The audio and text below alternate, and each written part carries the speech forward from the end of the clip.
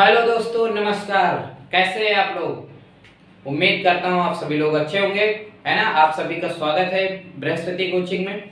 और देखिए दोस्तों, हम लोग पढ़ना शुरू करते हैं। कुछ लोग नए होंगे, हम उन्हें भी बताते चलते हैं कि देखिए, हम लोगों ने पिछले वीडियोज में अम्ल पढ़ा था, एसिड्स के बारे में पढ़ा था, ठीक है, आपको पता हो गया होगा। अभी हम लोग अब इस वीडियो में पढ़ने वाले हैं क्षारक के बारे में, ठीक है। बेसिस बोलते हैं इंग्लिश में इन्हें, ठीक है। हमने कल गलती से क्षारक की जगह पर क्षार लिख दिया था, ठीक है, लेसन के नाम में। तो आपको क्लियरली पता हो गया होगा। इस वीडियो में हम लोग पढ़ने वाले हैं क्षारक के बारे में कि आखिर क्षारक क्या होते हैं, ठीक है, क्षारक के क्या उपयोग होते हैं, क्या रासायनिक गुण होते हैं, क्या भौतिक गुण होते हैं, इत्यादि के बारे में, ठीक है दोस्तों। तो चलिए हम लोग पढ़ना शुरू करते हैं। सबसे पहले देख लेते हैं क्षारक को कि आखिर क्षारक होते क्या। देखिए दोस्तों, अब हम लोग क्षारक देखते हैं। क्षारक में देखो दिया है वे पदार्थ जिनका स्वाद तीक्ष्ण या कड़वा होता है, कसैला होता है एक तरीके से, ठीक है, वो क्या होते हैं, क्षारक कहलाते हैं, ठीक है। जैसे कि हमने अम्ल में पढ़ा था, तो अम्ल में हमने क्या देखा था कि वे पदार्थ जो स्वाद में खट्टे होते हैं उन्हें क्या कहते हैं, अम्ल कहते हैं। अगर कोई पदार्थ स्वाद में कड़वा है, कसैला है या तीक्ष्ण है, ठीक है, तब हम उसे क्या कहेंगे, क्षारक कहते हैं। समझ में आ गया ना कि क्षारक होते क्या है।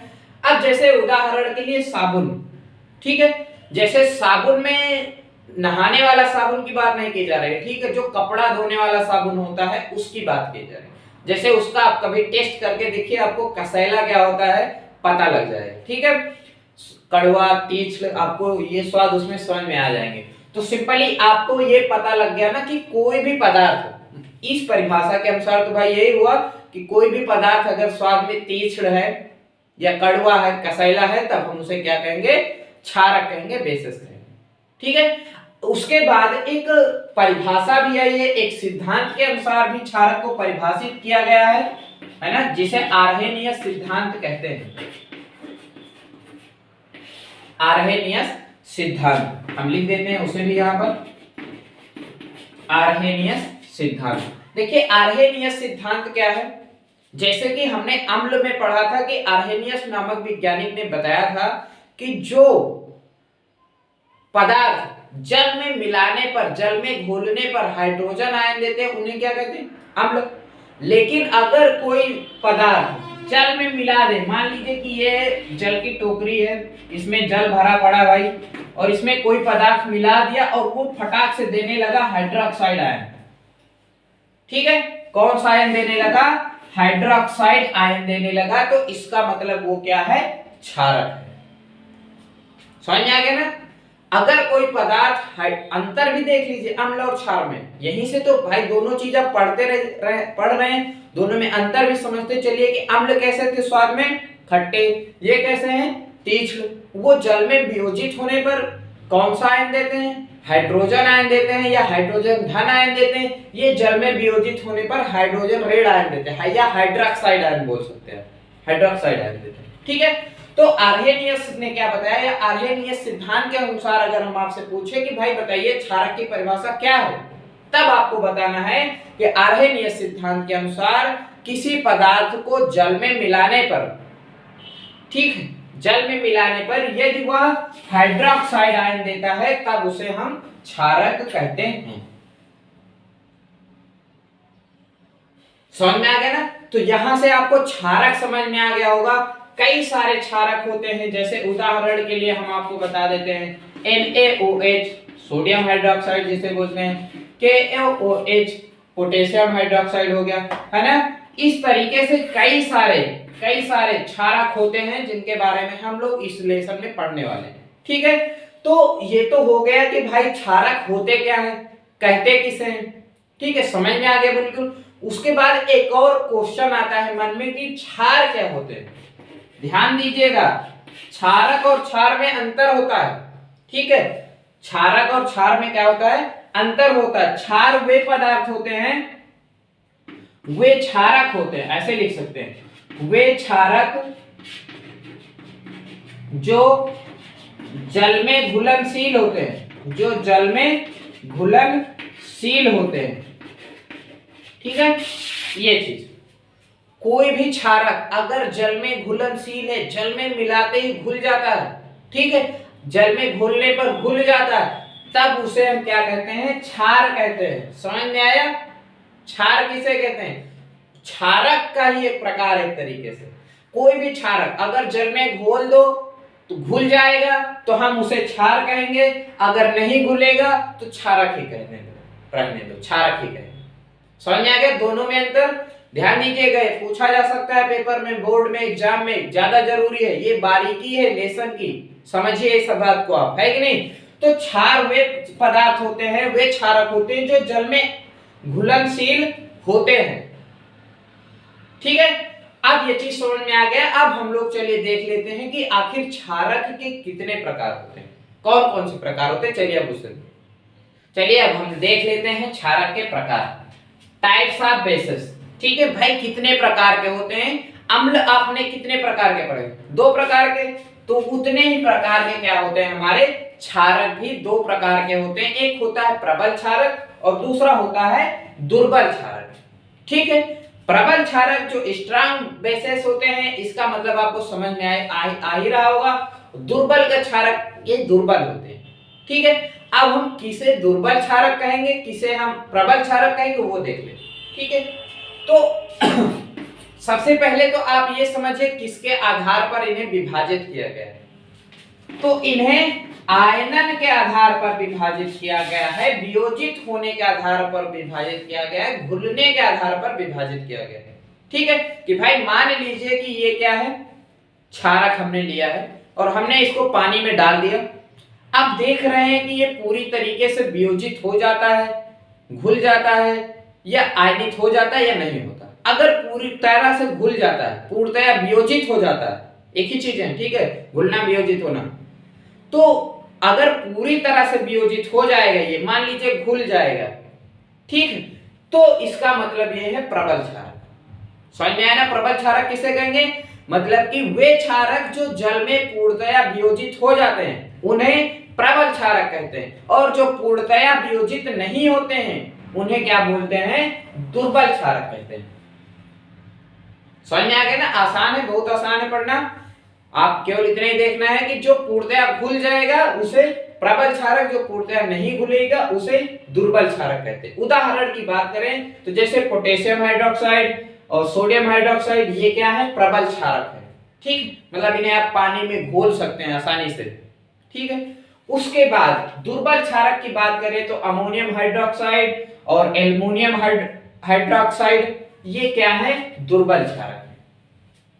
समझ में आया ना? तो सिंपली अभी हमने क्या बताया कि भाई देखिए जो क्षारक होते हैं 2 प्रकार के होते हैं, एक प्रबल क्षारक और दूसरे दुर्बल क्षारक। दुर्बल क्षारक नाम से ही पता चल रहा है भैया कमजोर होंगे, है कि नहीं? जैसे गांव कुछ लोग होते हैं। और प्रबल का मतलब क्या होता है? मोटे तगड़े, मतलब स्ट्रांग होते हैं ये। समझ में आया ना? पूर्णतः वियोजित हो जाते हैं।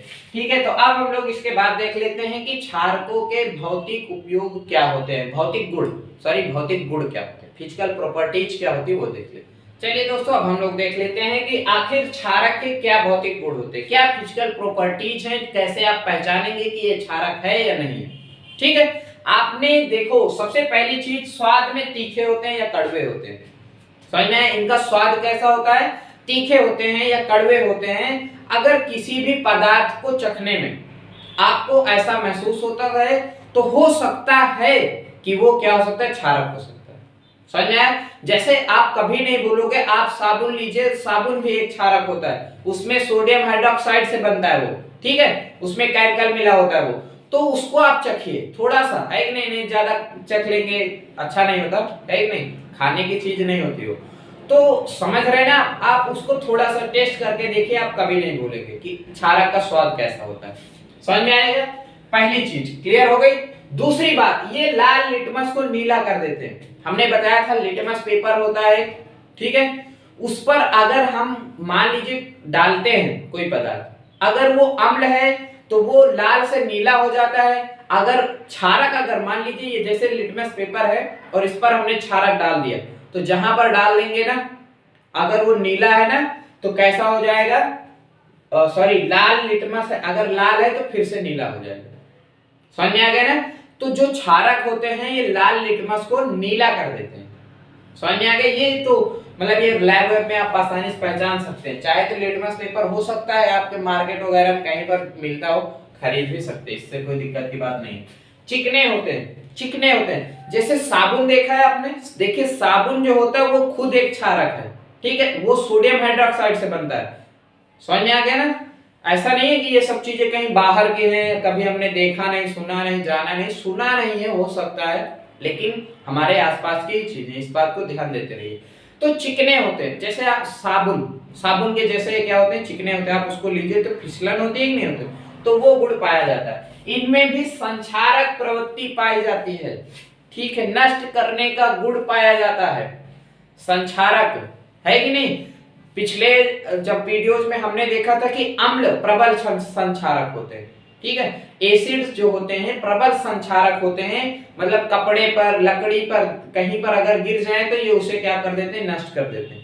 ये भी करते हैं, ये भी करते हैं, लेकिन प्रबल संक्षारक की तुलना में कम संक्षारक होते हैं। समझ में आ गया ना दोनों में अंतर? वो ज्यादा संक्षारक है अम्ल, ये क्षारक क्या होते हैं, कम संक्षारक होते हैं। ये चीज क्लियर हो गया? तो इस तरीके से हमने भौतिक गुण देखे। भौतिक गुण में सबसे पहले हमने देखा है कि जो स्वाद होता है क्षारक का वो कड़वा या कसैला होता है, तीक्ष्ण होता है। उसके बाद ये लाल लिटमस को नीला कर देते हैं। और तीसरा हमने देखा कि ये क्या कर देते हैं, चिकने होते हैं, ठीक है। और चौथा, इनमें भी संक्षारक प्रवृत्ति पाई जाती है, ठीक है। तो इस तरीके से हमने कुछ भौतिक गुण देख लिए हैं। अब हम लोग इसके बाद चले देखते हैं कि आखिर जो क्षारक के रासायनिक गुण क्या होते हैं। चलिए अब हम लोग रासायनिक गुण देख लेते हैं। देखिए क्षारकों के रासायनिक गुण क्या होते हैं। रासायनिक गुण का मतलब यह है कि मान लीजिए कोई क्षार है आपके पास, चाहे वो सोडियम हाइड्रोक्साइड हो, चाहे पोटेशियम हाइड्रोक्साइड हो, चाहे एल्युमिनियम हाइड्रोक्साइड हो, कोई भी हाइड्रोक्साइड है आपके पास, अगर आपने किसी धातु, अधातु या अम्ल के साथ अब क्रिया करेंगे तो क्या क्या बन सकता है, वो चीज हम देखने वाले, ठीक है। तो सबसे पहला दिया है धातु के साथ क्रिया। धातु के साथ क्रिया, मान धातुएं क्या होती है, जैसे लोहा, तांबा, है ना, लोहा, चांदी, सोना, है कि नहीं, कॉपर, ये सब क्या है, धातुएं। अगर मान लीजिए हमने इनके साथ अब क्रिया करा दी तो क्या बनता है। तो देखिए यहाँ पर ये क्या है, जिंक। जिंक क्या है, एक धातु है, ठीक है। ये NaOH सोडियम हाइड्रोक्साइड बोलते हैं। आप यहाँ पर लिखते चलिए, ठीक है, खुद से भी लिख सकते हैं, पढ़ेंगे बैठ, इसीलिए बोलते हैं कि पेन लेकर के बैठे, कापी किताब है नहीं। तो ये जिंक है, ये सोडियम हाइड्रोक्साइड है। ये जब दोनों आपस में अभिक्रिया करते हैं तो उसके बाद जिंक सोडियम जिंकेट बनता है। ये सोडियम जिंकेट का सूत्र है, किसका, सोडियम जिंकेट का सूत्र है, और हाइड्रोजन गैस मुक्त होती है। मतलब अगर सिंपली देखा जाए कि भाई कोई भी क्षारक धातु के साथ अभिक्रिया करेगी तो केवल हाइड्रोजन गैस बनती है। समझ गया? हाइड्रोजन गैस मुक्त होगी सभी में, चाहे यहाँ पर जिंक ला के रख दीजिए, आप आयरन ला के रख दीजिए, यहाँ पे सोना रख दीजिए, चांदी रख दीजिए, किसी में भी अगर मान लीजिए आपने सोडियम हाइड्रोक्साइड उठाया और सोने को मिक्स कर दिया, ठीक है, मान लीजिए पानी डाल के मिला दिया, नहीं गर्म कर दिया, तो फिक्स है कि हाइड्रोजन गैस सभी में मुक्त होगी। सिंपली समझ में आया ना कि जो क्षारक होते हैं वो धातुओं के साथ अभिक्रिया करके हाइड्रोजन गैस बनाते हैं। इस चीज को मत भूलिए। रिएक्शन आप यहाँ पर जिंक की जगह पर दूसरे भी कर सकते हैं, इससे कोई दिक्कत की बात नहीं है। उसके बाद है आधात्विक ऑक्साइड के साथ अभिक्रिया। जैसे यहाँ पर कार्बन डाइऑक्साइड है, मान लीजिए कि कोई क्षारक है आधात्विक ऑक्साइड। आधात्विक का मतलब क्या होता है, आधातु। अगर किसी आधातु के ऑक्साइड के साथ क्षारक क्रिया करे तो क्या बनता है। तो ये देखिए, जैसे मान लीजिए कार्बन डाइऑक्साइड क्या है, कार्बन डाइऑक्साइड आधात्विक ऑक्साइड है, किसका, कार्बन का। तो कार्बन डाइऑक्साइड के साथ ये देखिए, ये बुझा हुआ चूने का सूत्र होता है CaOH होल टॉइज। इसको जो बाहर लिखा रहता है ना, इसको होल टॉइज पढ़ते हैं, ठीक है, या फिर 2 भी पढ़ सकते हैं। तो हम इसको CaOH2 पढ़ रहे हैं या CaOH2 होल टॉइज, ऐसे पढ़ने ध्यान दीजिएगा, ठीक है। तो मान लीजिए जब आधात्विक ऑक्साइड के साथ क्षारक की क्रिया होती है तब हमेशा लवण और जल बनते हैं। ये चीज ध्यान दीजिएगा, लवण तथा जल बनते हैं, ये दो चीजें समझ में आ गया ना। दूसरी बात समझ में आ गई ना कि कभी भी मतलब दुनिया का कोई भी आधात्विक ऑक्साइड अगर जाके अम्ल के साथ क्रिया करेगा तो क्या बनेगा, लवण और जल। जैसे भाई मान लीजिए कोई भी दो लोग आपस में लड़े, मारे एक दूसरे को, तो दोनों को चोट लगेगी, ये फिक्स है भाई, यही तो हुआ ना। वही चीज यहां पर है, अगर कोई भी आधात्मिक ऑक्साइड क्षारक के साथ अभिक्रिया करता है तो लवण और जल बनेगा, ये फिक्स है। और भी जो बनना होगा बनेगा, लेकिन ये तो फिक्स है। समझ में आ गया। उसके बाद है अम्ल के साथ क्रिया। गजब का टॉपिक है कि नहीं। अब आपके भी मन में आ रहा होगा कि भाई अभी हमने अम्ल पढ़ा था, सोडियम क्या बोलते हैं H2SO4, सल्फ्यूरिक अम्ल है ना, हाइड्रोक्लोरिक एसिड, सब अगर मान लो हम अम्ल और क्षार को दोनों, कुछ लड़के होते हैं ना कि सब, जैसे हम लोग के जब स्कूल में कॉलेज में, जब कॉलेज में कभी कभी सर जी ले जाते थे तो कोई कोई लड़के ना एक ही में सब केमिकल को डालते हैं, भाप मजा आता है उनको ऐसा करने में, है कि नहीं। तो अगर आपके मन में भी आ रहा होगा कि अरे भाई हम क्या करें, क्षारक और अम्ल को क्यों ना हम एक ही में मिला दें, तो क्या होगा।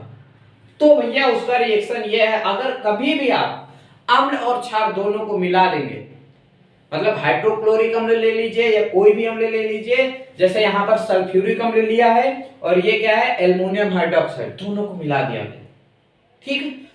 तो क्या होता है, यहां पर देख लीजिए जल बनता है। क्या बनता है, ये प्रमुख रूप से सभी क्रियाओं में होगा, जल बनेगा। मतलब निर्माण किसका होगा, जल का। एक और अंतर देखने को मिलेगा कि ये जो क्षारक होते हैं ये अम्ल के प्रभाव को कम कर देते। समझ में आया ना कैसे। अगर मान लीजिए आपके जैसे, इसीलिए ध्यान दीजिएगा, जैसे जब हमें चींटी काटती है, मधुमक्खी काटती है कि नहीं, वो उनके जो डांस लगाती है हम लोगों के, डंक मारते हैं, उसमें फार्मिक एसिड होता है, वो भी एक तरीके का अम्ल है। तो वहां पे इसी को रगड़ा जाता है। मतलब आप क्षारक को अगर ले लीजिए, साबुन भी रगड़ सकते हैं आप वहां पे, तो आपको आराम का अनुभव होगा, क्योंकि ये क्षारक होते हैं, अम्ल के प्रभाव को कम कर देते हैं। क्योंकि यहाँ पे कुछ हुआ थोड़ी है, यहाँ पे डंक गड़ा है, उसमें फार्मिक एसिड है, फार्मिक एसिड की वजह से वो दर्द हो रहा है, वहां पे जलन हो रही है, समझे। तो वहां पर क्या किया जाता है कि भैया अगर आपके पास घरेलू उपाय है कि नहीं, कोलगेट का भी कुछ लोग यूज कर लेते हैं, क्योंकि कोलगेट में भी ये सब चीजें मिलाई जाती हैं। समझ में आया ना। हम एक एक चीजें उपयोग में पढ़ेंगे, इन सब चीजों को आसानी से अच्छे से पढ़ेंगे मतलब। लेकिन आपको यहाँ पर ये टॉपिक समझ में आया या नहीं, बता सकते हैं आप कमेंट करके। अच्छा ठीक है, समझ में आ गए तो हम लोग आगे देखते हैं। इसको एक बार फिर से देख लेते हैं कि धातु के साथ अभिक्रिया करके हाइड्रोजन गैस बनाएंगे, आधात्मिक ऑक्साइड के साथ क्षारक क्रिया करके लवण और जल बनाएंगी, और अम्ल के साथ क्रिया करके जल बनाएंगी और अम्ल के प्रभाव को कम कर देंगे, ठीक है। मतलब अगर आप सल्फ्यूरिक अम्ल भी है, तेजाब भी है आपके पास, अगर आप चाहते हैं कि उससे किसी को नुकसान न पहुंचे, तो आप उसमें ढेर सारा डाल दीजिए, साबुन के चाहे टुकड़े ही पीस पीस के डाल दे दीजिए, है कि कोई भी अगर हाइड्रोक्साइड आप डाल सकते हैं, क्षारक डाल देंगे तो उसके प्रभाव को कम कर देगा। हालांकि ये सब एक्सपेरिमेंट आपको करने की जरूरत नहीं है, कि नहीं घर पर नहीं मत कीजिएगा, नुकसान हो सकता है, इसलिए मैं तो मना करता हूँ। तो इस तरीके से क्षारक के रासायनिक गुण हो गए। अब हम लोग एक और टॉपिक लास्ट जो है इसमें देख लेते हैं कि आखिर इनका यूज क्या क्या होता है। तो क्षारक के उपयोग देखते हैं। चलिए दोस्तों, अब हम लोग क्षारकों के उपयोग देख लेते हैं कि आखिर कहां कहां पर क्षारकों के यूज होते हैं। ये देखिए इतने सारे हमने पूरा भर के रख दिया है कि नहीं, पढ़ने के लिए भी, पढ़ाने के लिए भी और समझाने के लिए भी। तो सबसे पहले देखें जो प्रमुख क्षारक, वैसे तो बहुत सारे हैं, है कि नहीं, रसायनों की कमी थोड़ी है, लेकिन जो प्रमुख क्षारक हैं हमने उनके नाम यहाँ पर लिखे हैं, उनके उपयोग यहाँ पर लिखे हैं। हम एक एक करके आपको बताते चलते हैं। जैसे देखिए ये एल्युमिनियम हाइड्रोक्साइड, इसका कहाँ कहाँ पर यूज होता है। तो एल्युमिनियम हाइड्रोक्साइड का उपयोग वस्त्र उद्योग में होता है, ठीक है, कपड़े जहां पर बनते हैं वहां पर इसका यूज किया जाता है। और उसके बाद प्रति अम्ल, मतलब एंटासिड, इंग्लिश में एंटासिड बोलते हैं या एंटी एसिड बोलते हैं, ठीक है, उसमें किया जाता है। आप लोगों ने कभी देखा होगा, जैसे उदाहरण के लिए, जैसे देखो अम्ल हम लोगों के शरीर में भी बनते हैं। आप इसी 10th में विज्ञान में पढ़ेंगे पाचन तंत्र, है ना, उसमें आप देखेंगे कि जो हम लोगों का अमाशय होता है, अमाशय से एक अम्ल निकलता है जिसे हाइड्रोक्लोरिक अम्ल कहते हैं, ठीक है। यह हाइड्रोक्लोरिक अम्ल जब ज्यादा मात्रा में निकल जाता है, तब कभी कभी सिक्रेशन बढ़ जाता है, तो हम लोगों को खट्टी डकारें आने लगती है, ठीक है, जी मिचलाहट, खट्टी डकार ऐसे होता है, ठीक है। मतलब वो इसको क्या बोलते हैं, एसिडिटी बोलते हैं, समझ में आया ना। जब अमाशय में एसिड की मात्रा बढ़ जाती है, इसको क्या बोलते हैं, एसिडिटी बोलते हैं। तो फिर गांव में या फिर कई ऐड में भी आपने देखा होगा कि क्या दे देते हैं, इनो दे देते हैं या फिर किसी प्रकार का वो क्षार दे देते हैं। आप उसको पीते हैं तो आपको तुरंत आराम फील होता है। समझ में आया? वो क्षारक ही होता है जो आपको पाउडर में देते। मैं किसी कंपनी का नहीं बोल रहा हूँ, है कि नहीं, आप मतलब समझाने की कोशिश कर रहा हूँ, बस आप उतना समझिए, ठीक है। तो जब हमारे शरीर में एसिड की मात्रा बढ़ जाती तब हमें खट्टी डकारें आती अमाशय में बढ़ने की वजह से, तब हमें क्या किया जाता है कि प्रति अम्ल दिया जाता है। मतलब प्रति अम्ल किसे कहते हैं भाई, क्वेश्चन भी बन रहा है, प्रति अम्ल किसे कहते हैं, जो अम्ल के प्रभाव को कम करे उसे क्या कहते हैं, प्रति अम्ल कहते हैं। समझ में आ गया ना?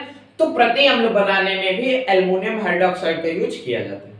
आपने फेमस कुछ ब्रांड है जैसे डाइजीन वगैरह होती है ना, घर पर किसी की दवा चल रही है तो आप देखना डॉक्टर, क्योंकि देखिए मैं फार्मासिस्ट हूँ इसलिए मुझे थोड़ा सा पता है, तो मैं आपको बताते चलता हूँ बस केवल जानकारी के लिए, ठीक है। आप लोग यूज मत कीजिएगा कभी खुद से कुछ भी कोई दवा। तो प्रति अम्ल का मतलब समझ में आया ना, जो अम्ल के प्रभाव को कम करता है उसे क्या बोलते हैं, प्रति अम्ल बोलते हैं। तो उसमें इसका यूज किया जाता है, ठीक है। उसके बाद अमोनियम हाइड्रोक्साइड NH4OH, इसका यूज क्या होता है, क्लींजिंग एजेंट में। क्लींजिंग एजेंट का मतलब होता है शुद्ध करने में, जल को शुद्ध करने में भी यूज होता है। उसके बाद है अमोनिया के लवण बनाने में, मतलब अमोनिया के लवण बनाने में भी अमोनियम हाइड्रोक्साइड का यूज किया जाता है। लवण मतलब इसके यौगिक, एक तरीके से आप समझ सकते हैं, अमोनिया के यौगिकों को प्राप्त करने के लिए भी अमोनियम हाइड्रोक्साइड का यूज करते हैं। समझ में आया ना? मतलब शुद्धिकरण में और अमोनिया के लवण बनाने में, दो चीजें। समझ में आ गया? उसके बाद है सोडियम हाइड्रोक्साइड के आखिर क्या यूज होती है, सोडियम हाइड्रोक्साइड NaOH बोलते हैं, ठीक है। साबुन बनाने में, जैसे जो हम लोगों के घर में कपड़े धोने वाले साबुन होते हैं ना, उसमें कौन सा केमिकल पड़ा होता है अब आपको पता होना चाहिए, ठीक है। अब आपको पता होना चाहिए कि इसमें क्या होते हैं, क्षारक होते हैं। क्या होते हैं, क्षारक होते हैं। वो क्षारक की वजह से कपड़े साफ होते हैं, ठीक है। तो साबुन बनाने में सोडियम हाइड्रोक्साइड का यूज किया जाता है, धावन सोडा बनाने में किया जाता है। हम लोग धावन सोडा के को इसी चैप्टर में पढ़ेंगे, जब आएगा तो इसके बारे में हम विस्तृत बताएंगे। उसके बाद है कागज उद्योग में भी इसका उपयोग किया जाता है। तो समझ में आ गया ना सोडियम हाइड्रोक्साइड की यूज कहां पर है। उसके बाद कैल्शियम हाइड्रोक्साइड, इसका यूज कहां है, मृदु जल बनाने में। अब आपको समझ मन में आ रहा होगा भैया ये मृदु जल क्या है, मीठा जल क्या होता है। मीठा जल जिसे हम लोग पी सकते हैं, ये पीने योग्य पानी को मृदु जल बोलते हैं। एक कठोर जल होता है, कठोर जल मतलब जिसमें अशुद्धियां होती हैं, जो खारा होता है उसे क्या बोलते हैं, कठोर जल बोलते हैं। समझ अंतर समझिएगा, है ना, कठोर जल और मृदु जल में। तो कठोर जल ऐसा जल होता है जो जिसमें अशुद्धियां होती हैं, जो पीने योग्य नहीं होता, जो खारा होता है उसे क्या बोलते हैं, कठोर जल। और जो पीने योग्य पानी होता है, जल होता है, उसे हम क्या बोलते हैं, कठोर जल, सॉरी मृदु जल। तो जब अशुद्धियां होती मतलब खारे पानी को आपको शुद्ध करना है तो मतलब मृदु जल बनाना है, खारे जल से कठोर जल से मृदु जल बनाना है तो भी कैल्शियम हाइड्रोक्साइड का यूज किया जाता है, ठीक है, क्लियर है। उसके बाद चमड़ा उद्योग में, देखिए चमड़ा उद्योग में क्या होता है भाई, चमड़े में बाल वाल होते हैं नहीं, उनको साफ वाफ करने के लिए इनका यूज करते हैं, उसमें भी यूज किया जाता है। उसके बाद है ब्लीचिंग पाउडर, आप सभी ने नाम सुना होगा ब्लीचिंग पाउडर का, है ना। ये भी एक प्रकार का रसायन होता है, ठीक है, जो कि किससे बनता है, कैल्शियम हाइड्रोक्साइड से बनता है। समझ में आ गया। तो इस तरीके से इस वीडियो में हम लोगों ने कई सारी चीजें पढ़ ली हैं, क्षारक के बारे में आपको पढ़ा, हमने कई सारी चीजें बताई भी हैं, कुछ जानकारियां भी आपको दी हैं। उम्मीद करता हूं आप सभी को समझ में आया होगा, है ना। तो अगर और एक बार फिर से हम रिवीजन कर लेते हैं कि आखिर हमने पढ़ा क्या है। तो सबसे पहले हमने पढ़ा कि क्षारक किसे कहते हैं, क्लियर है, आपको पता है ना कि क्षारक किसे कहते हैं। अब उसके बाद दूसरी बात, उसके बाद हमने क्षारक के प्रकार पढ़े, आपको भी पता होगा ना कि प्रबल क्षार और दुर्बल क्षार दो प्रकार के होते हैं। उसके बाद हमने क्षारक के भौतिक गुण पढ़े, उसके बाद हमने क्षारक के रासायनिक गुण पढ़े, और पांचवा जो अभी आपके सामने है, क्षारकों के उपयोग क्या होते हैं, ठीक है। तो इस वीडियो में दोस्तों इतना ही रहेगा, मिलते हैं नेक्स्ट वीडियो में नेक्स्ट टॉपिक के साथ, और तब तक पढ़ते रहिए सभी लोग, मस्त रहिए। थैंक यू दोस्तों।